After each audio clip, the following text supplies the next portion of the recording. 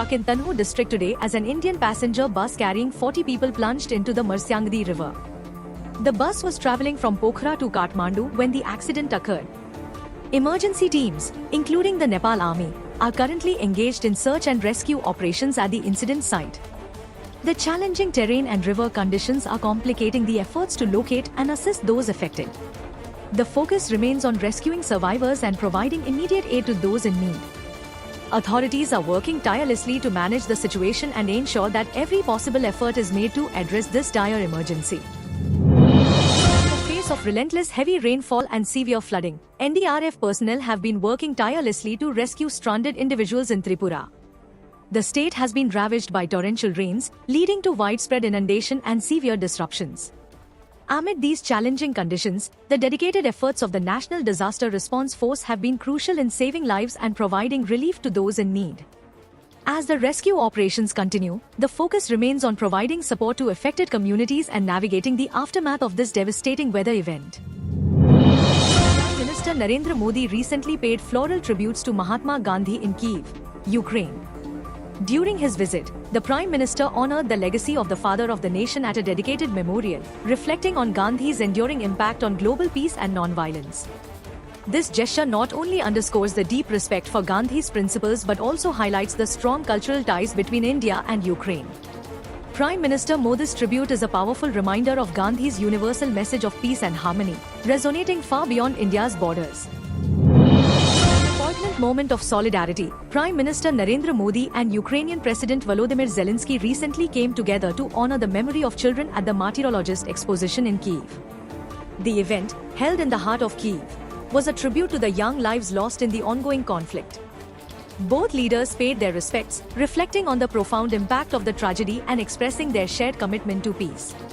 Their presence at the exposition serves as a powerful reminder of the enduring strength and resilience of those affected, and a call for continued support and solidarity in these challenging times. During the budget session of the Odisha Assembly, BJD and Congress leaders created a significant uproar, taking to the well of the House. Their protest erupted over the recent liquor tragedy in Ganjam district. The intense scene saw lawmakers from both parties raising their voices and demanding action, with the opposition calling for the resignation of the state excise minister. The disruption underscored the gravity of the situation and the urgency felt by the legislators. As the session continues, all eyes are on the assembly to see how the government will respond to the escalating demands and the tragic incident that has shaken the district.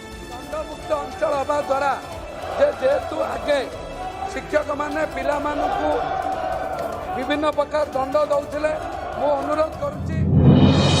dazzling display of devotion, Tirupati has been aglow with a truly extraordinary sight.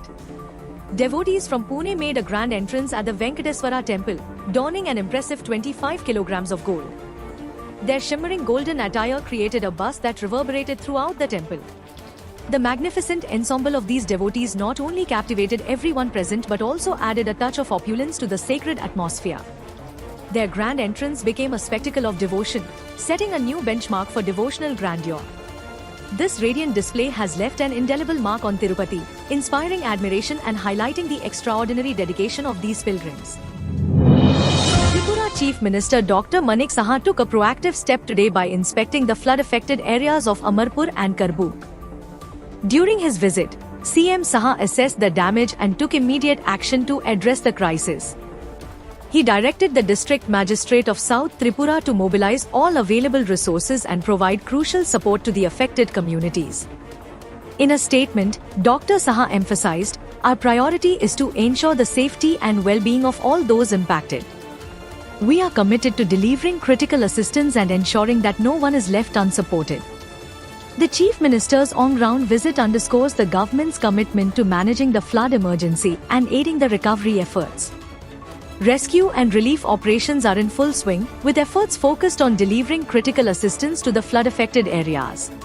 Chief Minister Saha carried out an aerial survey to assess the damage caused by the severe floods impacting the state. The survey covered multiple affected regions, including Shantir Bazar, Belonia, Matarbari, Melghar, Charilam, Bishalgarh, and Agarthala. During the aerial inspection, it was noted that conditions were too hazardous to land at Belonia Vidyapeeth ground. Despite this, Dr. Saha's efforts provided a comprehensive view of the flood's impact across various areas.